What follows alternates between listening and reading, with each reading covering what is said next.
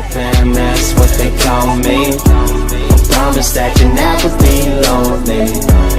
Be the fam, that's what they call me. Hey yo, what's up, fam? This is Motivational Friday. I'm not gonna take up too much of your time. Just want to talk to you about a couple things. First off, a lot of you guys truly struggle with a relationship with God, and the reason for that is because we live in a day and age where the voices are all over the place. They're pulling you from that way, in front and back, and there's so many opinions anymore. And this is what's wrong with social media.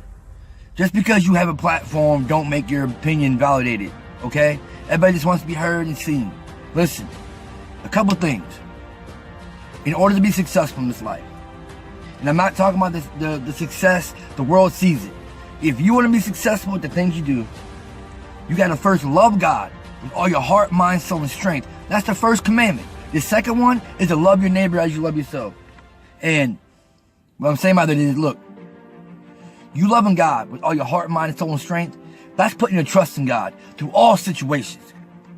And the second one is you loving people no matter how they treat you. It shouldn't matter how they treat you. You know what I'm saying? Look, man, a lot of you are trying to fit in places you don't belong. You're trying to be an incast when we're meant as Christians to be an outcast. That's how it is. We're purposed that way. We're not meant to stand in, man. We're meant to stand out. Look, a lot of you got, I'm gonna tell you something, man. You're a part of people that you're not supposed to be involved with. You're in relationships you're not supposed to be in. And I'm gonna tell y'all something, man.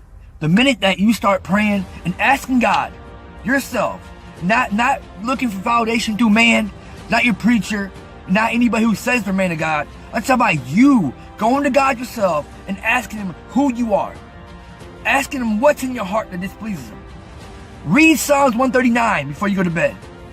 And ask God what's in your heart that he needs you to change.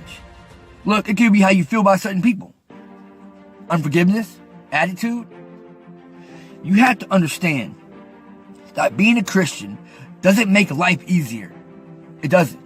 It does not take away the struggles or the pain. What it does do is it honestly makes life a little easier to manage. And what I mean by that is, it makes it so we, as children of God, don't have to figure it out on our own.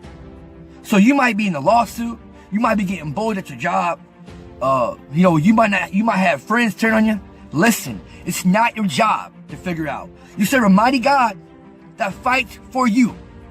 All you have to do is remain faithful, trust the Lord with his plans for your life, not you having your own plans, because his plans for your life will be even greater. And if God asks you to put something down, trust the Lord and put it down, because he has something greater for you to pick up. I tell you something, man. You guys are in places where you feel lost and hurt. That's because you're not trusting God. You're not trusting the Lord. You know what's crazy? You might be at a job where you're uncomfortable. You know what? God might be telling you that he wants you to start a business.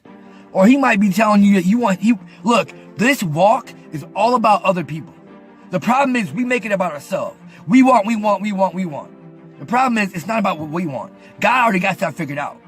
He'll let you know about you, okay? It's not about us having desires. God puts that in your heart already. He wants you to work with other people. His way, not how you see it fit, not how you see it should. It's doing it according to the will of God, all right? So what I'm saying is this. Being a Christian don't take away the struggles, doesn't take away the pain. But we got a God that we serve, he heals the pain. You know what I'm saying? And he wants to be your best friend above all people, above all family, above your spouse, above your children. God wants to be your best friend.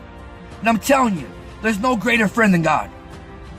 Because you might be going through a moment in your life when you're alone, abandoned, and just sitting and just don't know what to do. You know what? You always got a friend in God. No matter where you are. He loves when you talk to him. It's about building a firm foundation in God, man.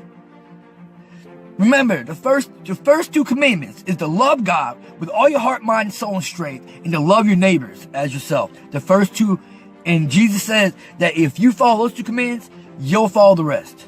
A lot of you might find the Bible boring, but God says if you draw nigh to him, he'll draw nigh to you. That means he will increase your joy and love for the Bible. The Bible is instructions how to live and how to treat and love people. Okay? And the people in the Bible, like us, we see how they went through struggles in life. So we can see that it's the same. It's just a different age. Look, I hope it helped you. God bless you guys. Hope you guys have an awesome Friday. Remember to keep your trust, love, heart, mind, soul, strength in Jesus, and to love people around you, man.